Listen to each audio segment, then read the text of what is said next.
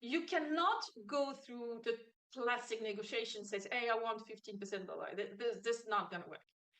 Because most of your savings come from the scoping. It means that you need to go back to scoping. And it cannot be too much of an iterative work because you might spend like 3 months to negotiate that. So when you're in that situation, you're like 35% over or 40% over, the solution is designed to cost. I mentioned that before. It means that you start from the price instead of starting from the scope and then going to the price. Then you start from the price and then you build your scope. How does it work? So you put your price on the table and you say,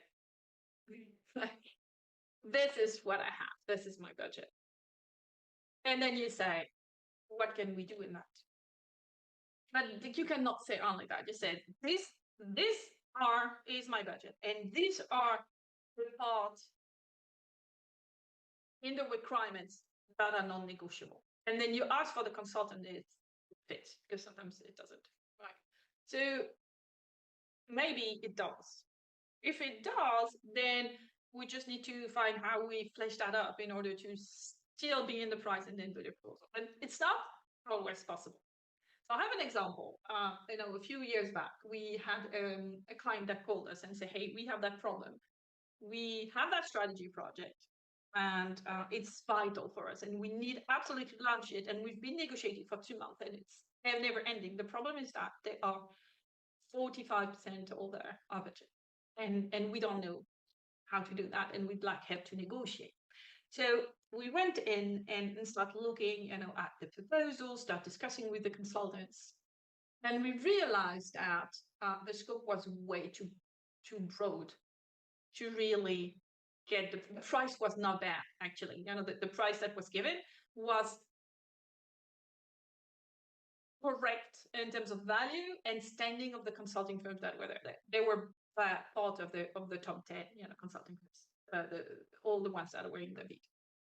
So what we did is we took the client team and we asked them those questions. What are the things what do you want to do? What is it that you expect from that project? What's the value like you expect? So they explained that they wanted to build the strategy for the next 3 to 5 years. That was very important. That they need to, find some adjacent markets to that for that technology. Blah blah blah blah blah. And then we look back at the project and we saw that actually when they built their FP, they were very very open, meaning that they wanted to explore everything.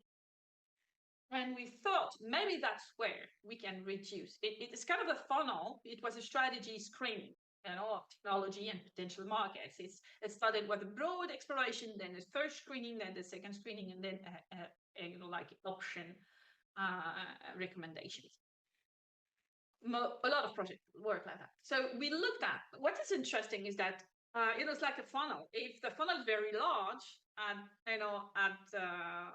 at the bottom, then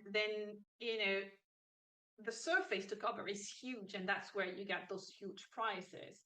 We thought maybe as we have the same ending point, but then we just kind of narrowing the top of the funnel, so we're sure to get only less exploration at the beginning, and it means also less work, and then it means less analysis, and then it means less money. And the client was not really on board, so we had to do that first work. And I will, I think that's probably in my message, which is, you get the clients to agree on a revised curve, and then you go to the consultant, and you see if he can fit into the new budget. Another way to do it is to work with the consultant and say, what can you do with that? And then he will tell you, well, we should do this, this, and that. That's what we did with this client, because the 40% is a lot. It's a big, big difference. And even the big ones actually are willing to, work on that, because it's a collaborative work, and they feel the value of it, and they want their clients to be comfortable with the scope of the project. And it was significant amount. So we ended up with not 45%, unfortunately, but 38%, which is rather good, I would say. Just building that with them and having discussions and making sure that everybody was in line and so on. And it was a very soft um, negotiation, actually, because everybody was, collaborating and working hand in hand. That was very interesting. But that's what I would do. I would go design to cost in order to kind of set the rules at the beginning instead of doing that back and forth that is, deteriorating the relationship on top of everything.